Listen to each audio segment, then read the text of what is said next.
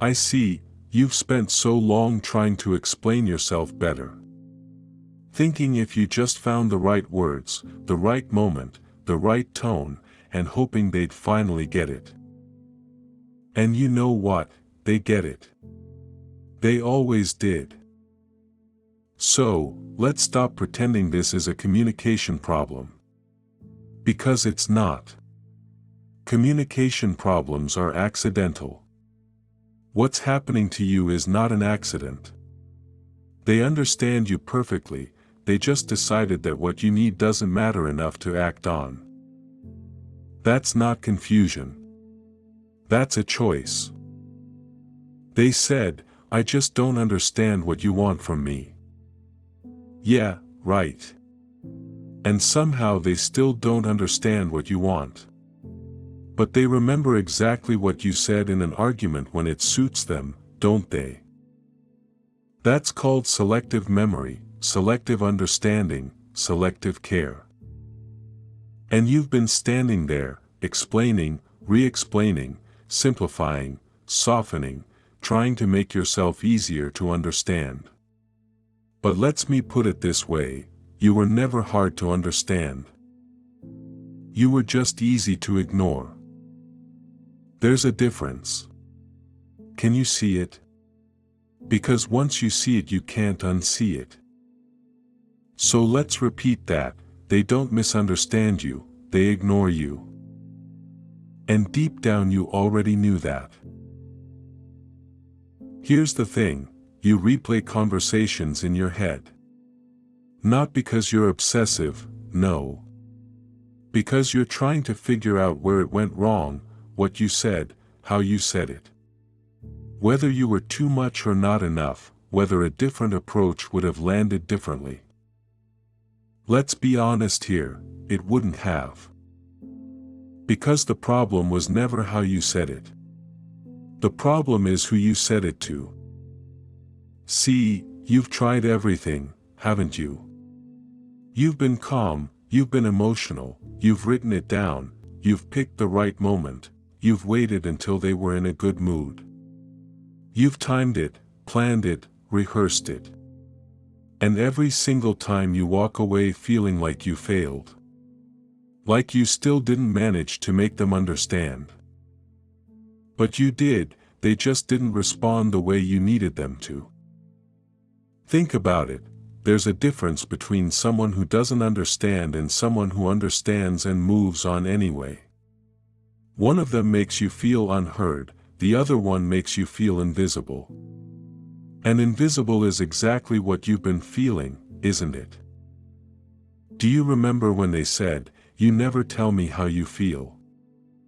And you stood there. Speechless. Because you've told them. Over and over, in every way you knew how. But somehow it never counted, somehow it never quite registered. Until they needed it not to. And what did you do? You started adjusting. Again. You got more specific, more careful. More measured. You started presenting your feelings like a case you needed to win instead of a human moment you needed to share. And even then, even with all that effort, nothing changed. Can you hear me?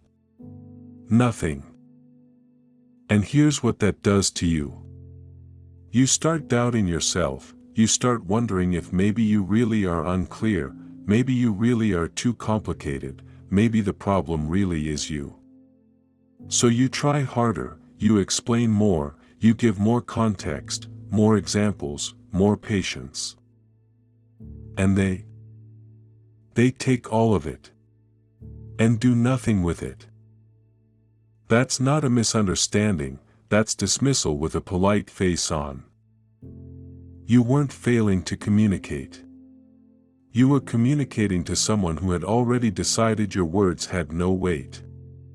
And no matter how clearly you spoke, that decision never changed. And as a matter of fact, it still hasn't. Here's what's actually going on. And it's colder than you think.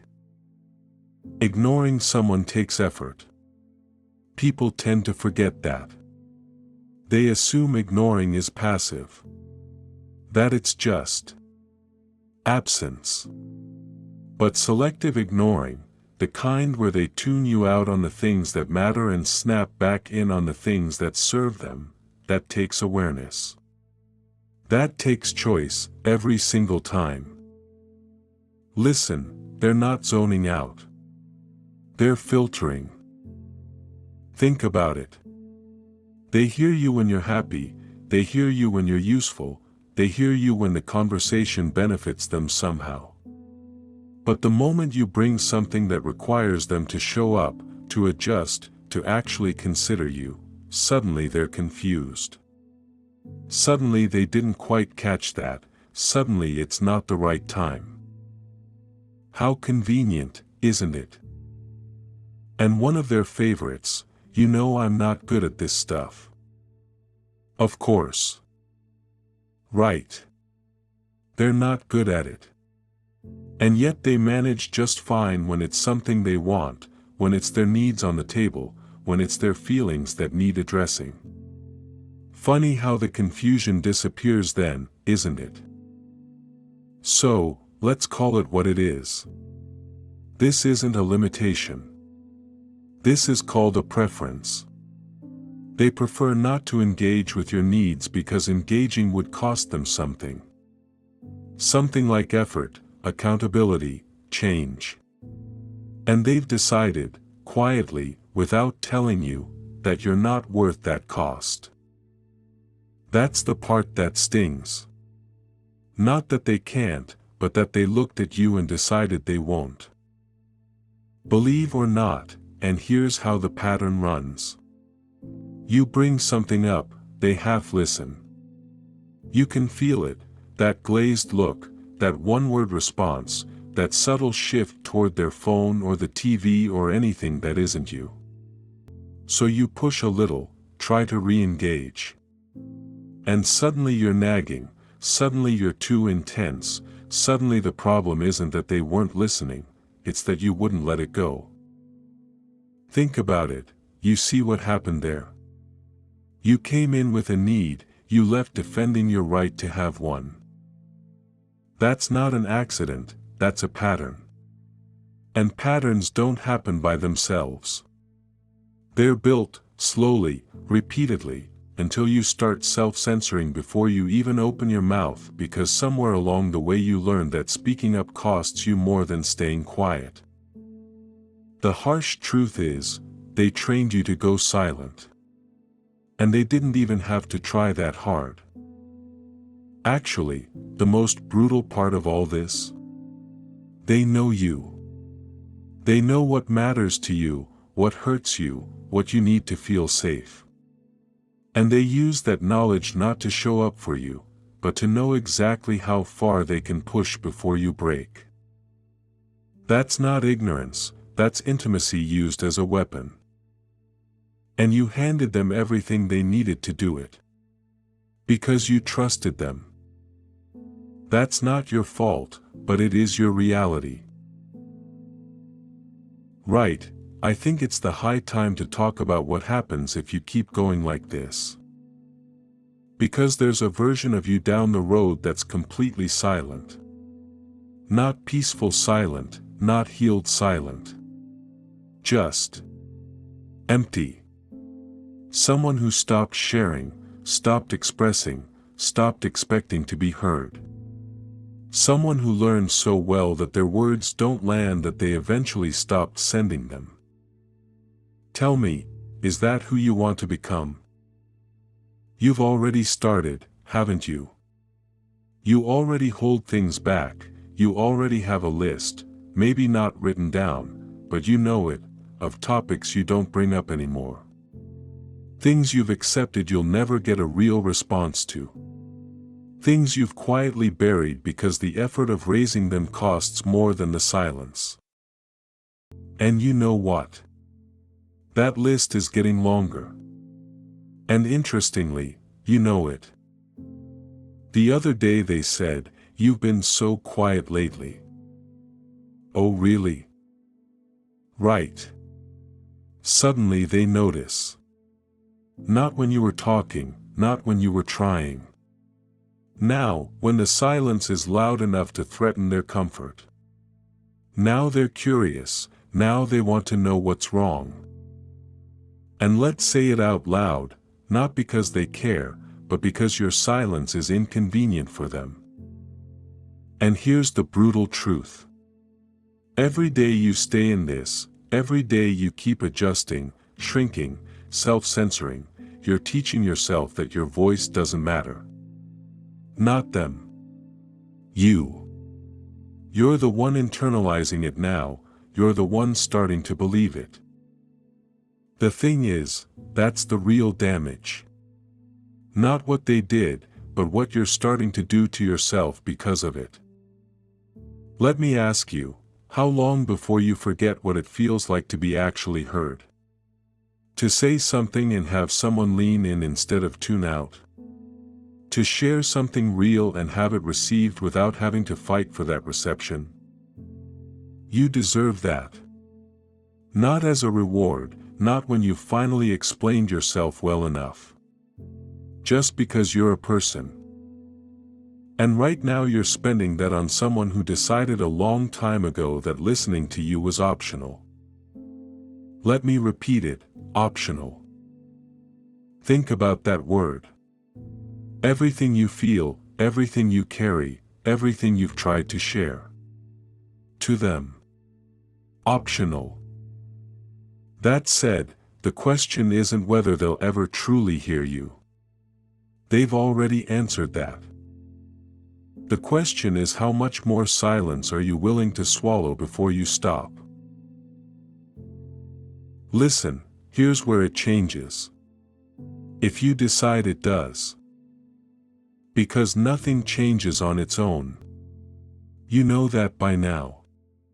Waiting for them to suddenly start hearing you is the same trap you've been in. It hasn't worked, it won't work. And somewhere underneath all the hoping you already know that. Well, what does changing it actually look like? Let me put it this way, it looks like stopping the explaining. All of it, because here's the cold truth, every time you explain yourself to someone who has chosen not to hear you, you're not fighting for the relationship. You're fighting for your own existence in it, and you should never have to fight that hard just to be acknowledged as a person with needs. You need to understand and stop fighting for that. You shouldn't have to.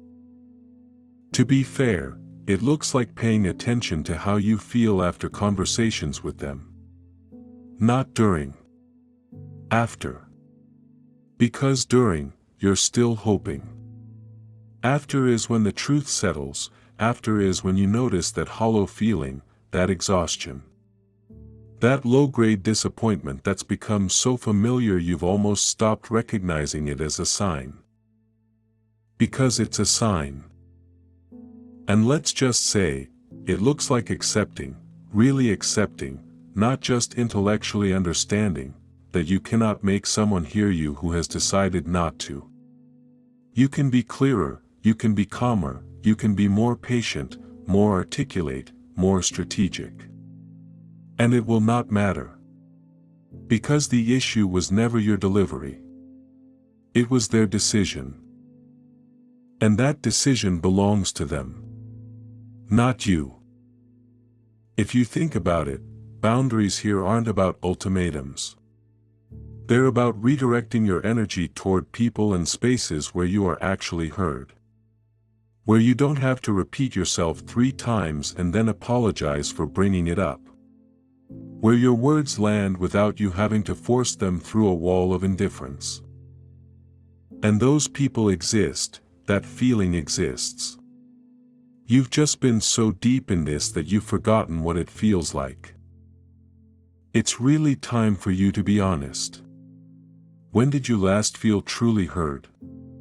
Really think about it. Because that feeling, that simple, basic feeling of being listened to and considered, that's not a luxury. That's a minimum.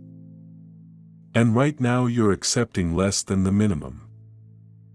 But the thing is, you don't have to keep doing that. Well, here's where we are. They're not confused, they never were. Every time you walked away feeling unheard, unseen, invisible, that wasn't a mistake. That was the result of a choice they made. Quietly, repeatedly, about you. And you kept going back, kept trying. Kept believing that the right words would finally break through. But, they won't. Because the wall isn't made of misunderstanding, it's made of indifference. And you can't explain your way through indifference, you can't love your way through it either. You've done enough explaining. I'd say, more than enough. More than anyone should ever have to do just to be seen by someone who claims to care about them. You already know what this is and you already know what it's costing you. The only question left is what you do with that knowledge.